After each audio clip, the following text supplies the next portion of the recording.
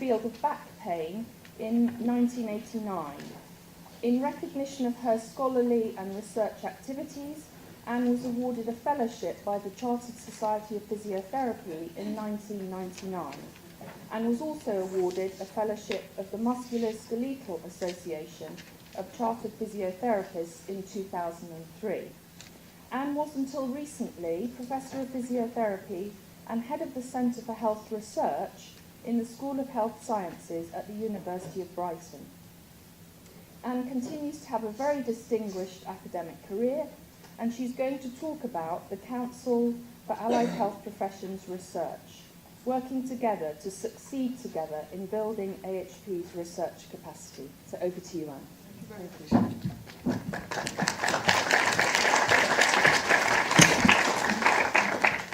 Thank you. I just need to work out how to do this now.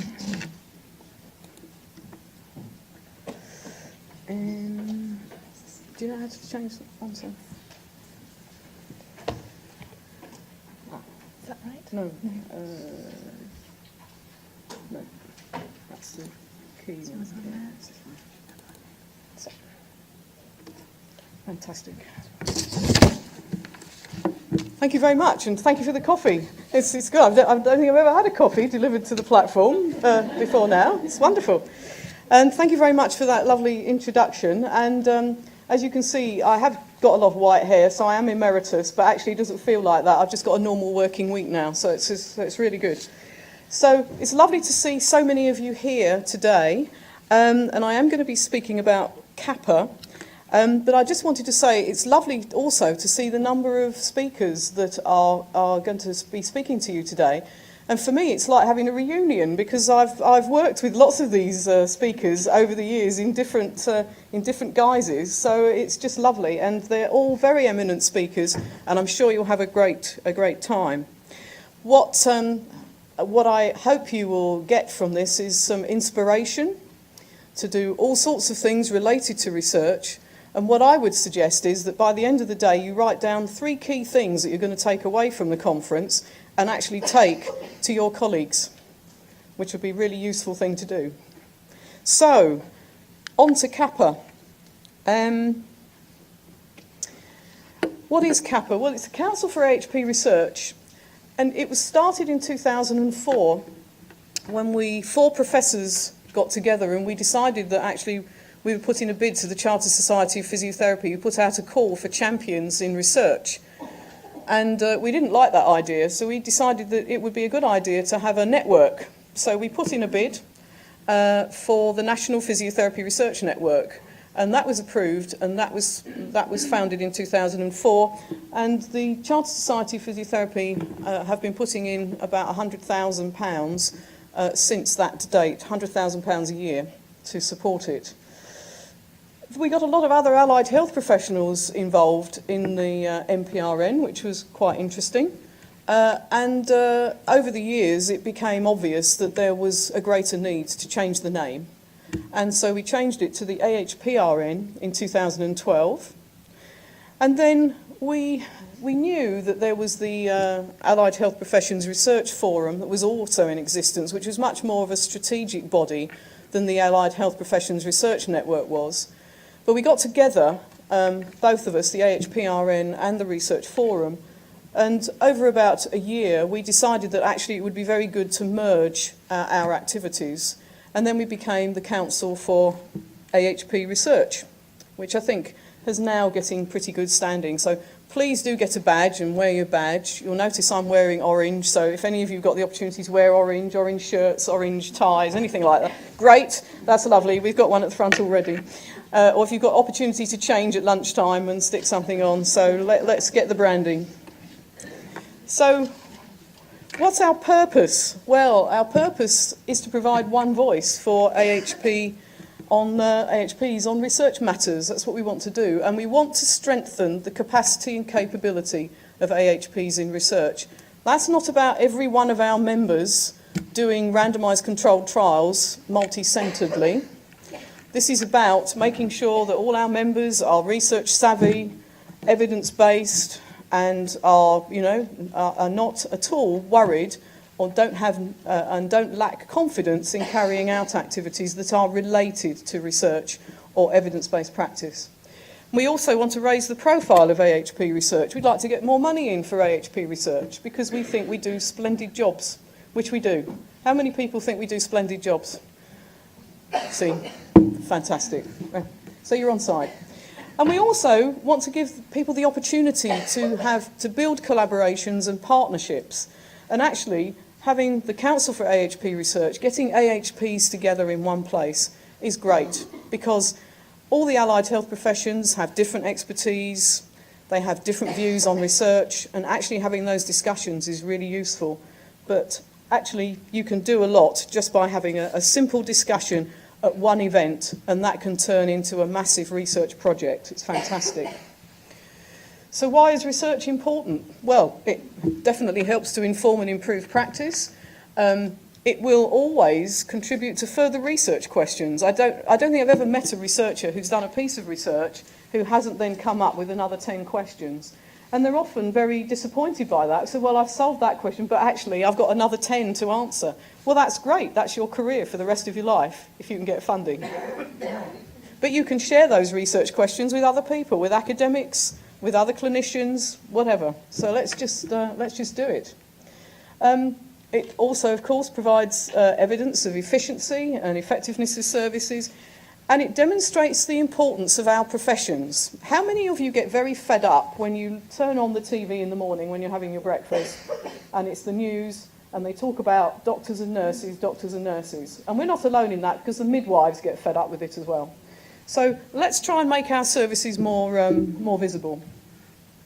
And we need to become much more research savvy. So here are all our member organisations. We were delighted when we started the Council for AHP Research that all the allied health professional bodies signed up to this deed. And here is a list of them all. Some of them are quite small, others, of course, are quite large. But what has happened over the last year is that there have been some negotiations in terms of finance, and we've developed an equitable funding policy so that all the allied health professional groups will contribute some funding, which has previously been led by the CSP at 100,000 a year. So all the other professional bodies are putting something like up to £50,000 between them into that pot. So we haven't expanded our funding, which we're keen to do, but we're looking at other sources for that. But it's nice that everybody feels that they've got an equitable position in terms of the funding. So this is what we look like. We've got a strategy committee, and there are 12 members there who represent, each of them represents an AHP body. We've got 2 service managers and 2 consultants. And our focus in those meetings is on policy, our policies as a council, influencing, and that's a wider influencing campaign. Could go from anywhere from government to other professional bodies to, I don't know, to arts councils, to charitable trust, that sort of thing. So we are working on that very hard actually at the moment. It's also about governance and making sure that we are offering value for money, which is very important. And it's also important that we are doing the right things to actually enable our strategic plan. And we meet 3 times a year. Then you'll see on the other side, down here, that we've got our regional hub forum. And in your packs, you'll see that you've got a flyer in there, which will actually show you the number of hubs that we've got and where they are. And I'll talk you through that in a minute, because I've got a slide of that. But we've got 23 regional hubs. And you might be interested to know that when we first started the MPRN in 2004, we put out a call to academic institutions at the time, because that was a good connection that we had. And we said, would anybody like to start a research hub? And you need to be a sort of a qualified academic. You've got to have a good research standing, and you've got to have published, and you've got to have brought some money in. And we didn't know what would happen. We thought we might get 1 or 2 people saying they're interested. In the first week, we had 7 individuals from different universities around the country saying yes, they'd be really interested to do this. So it was people are absolutely passionate about it. And all these regional hubs also have facilitators. And there are 124 overall of hub leaders and facilitators around the country. And their focus is on fulfilling our strategy, but also capacity and capability building, and promoting these networks between researchers and academics, clinicians, managers, etc. So it works pretty well, really, at the moment, but we could do with some more funding. So if anybody knows, sort of Victoria Beckham or anybody like that who seems to have a pot of money, then just let us know and we'll try and approach them. We've also got a professoriate. We've got 103 members, probably, and it's difficult to track how many professors there are across all the allied health professions because, of course, one can be actually appointed every day. But we think we've probably got about 135, but some of them haven't signed up yet. But 103 isn't bad, and we've got a good breakdown of who they are and what profession they're in. And we've been meeting annually, but the thought is that actually we will meet once together annually, but then we might meet another couple of times during the year on a sort of teleconference basis, which I think would work, and it would actually pull the professors together in one room in one university or healthcare setting. So that's the sort of the plan. But the professors, of course, offer an awful lot of help in our strategy developments. They can also act as role models, and I'm sure a lot of them would be happy to speak at events. Well, a lot of them are speaking at this event, so you'll all be moving around the country shortly. Everybody, Nardine, get ready to get your car out in the snow. So here are our strategy committee and professional bodies representative. Some of them are here today. Liz White's here, who's also chair of the strategy committee. Liz, do you want to wave a bit more? Yeah, that's Liz. So if you are in a particular allied health professional body and you just want to contact any of them, then do. You'll pick up the ones that are relevant to you. But I have to say that when the strategy committee meets, there is no concept of, well, I'm an orthoptist or I'm a physiotherapist. There is nothing like that. They are all talking about allied health professions and building capacity and capability. That's what we're about. We are passionate about it.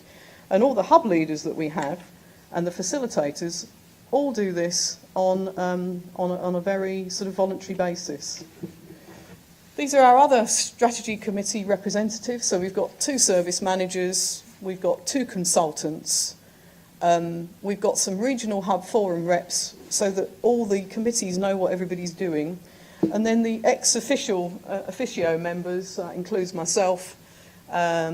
We've got Sally Gosling, who's the Assistant Director of Practice and Development, which is important because CSP still puts quite a lot of money into this, including the funding for the research advisor, that's Fran Fitch, and Katie Prangle, who is our support officer. And we also have some admin support too. So in terms of infrastructure, we're pretty good. But, we could go further. If we had an administrator in every hub, even for 0.5 FTE, that would be brilliant. So that's what I'm working on. I'm working on getting us some more money so that we can actually develop ourselves. Here are the regional hubs, and you'll notice that I have highlighted South Yorkshire. So welcome, South Yorkshire. Nice to have you on board. You were previously the Sheffield hub. Unfortunately, in your flyers, you will notice that because we've only just really taken this done this change, you'll notice that there is a little sort of a sticky note, I think, on your maps that you've got in your flyers, and that's simply because of that. But I did manage to create a new list here. Interestingly, if you look at north of Scotland, they also do the Orkneys and the Shetland Islands. So they have a big task getting all that working well.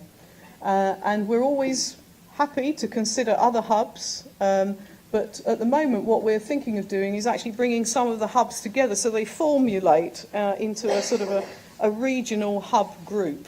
But that it won't alter what happens, it's just a different way of looking at things. And actually the hub leaders are looking quite a lot really into how the hub funding could be redistributed. So we're working on that. Sorry, I just put this on because I like to wear orange, so I'm just telling you about the orange here. So our strategic priorities at the moment,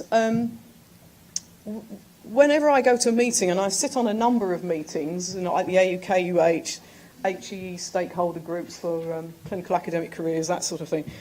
Every meeting I go to, people say we need to create a positive research culture in the workplace for clinicians. And what we want to do is to try and help managers do that. So we're not saying, managers, you have to do this. We're not saying that, because we know how difficult it is and we know what the challenges are in the NHS at the moment. But if there's any way that we can help managers to do that, to create a research positive culture in their workplace, then we will be trying to do that, and that's what a lot of the hubs will be thinking about doing over the next few years. We also want to get our research excellence framework sorted for 2021. Those of you in academic institutions will know about this, but it is important that we get as many people submitted as possible if we can.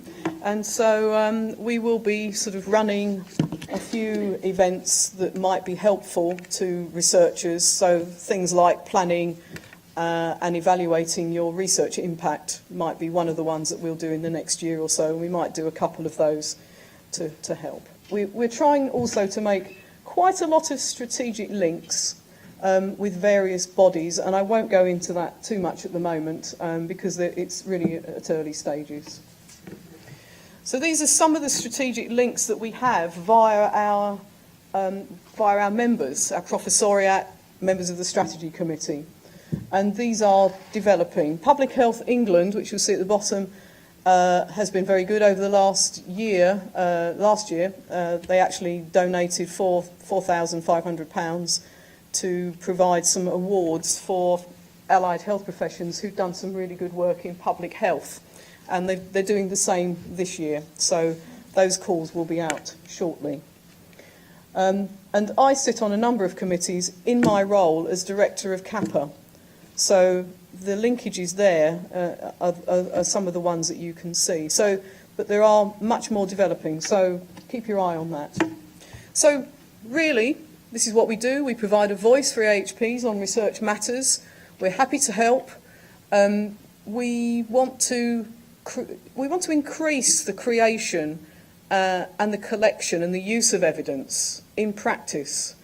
Because my worry is that a lot of students complete their pre-registration training, they go out into the clinical setting, and then they have to forget about their research because they're so busy doing their clinical practice. So it is important that we can keep that confidence going throughout, particularly with our pre-registration undergraduate and our pre-registration masters students. So what I would suggest is that we all work together to succeed together.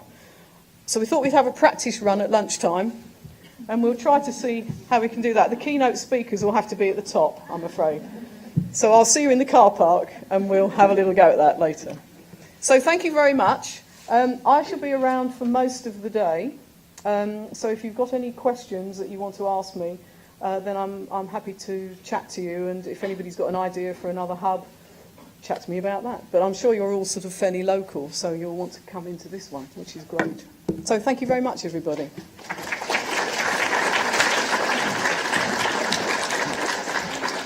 I can do, yeah. We have time for a couple of questions if anyone would like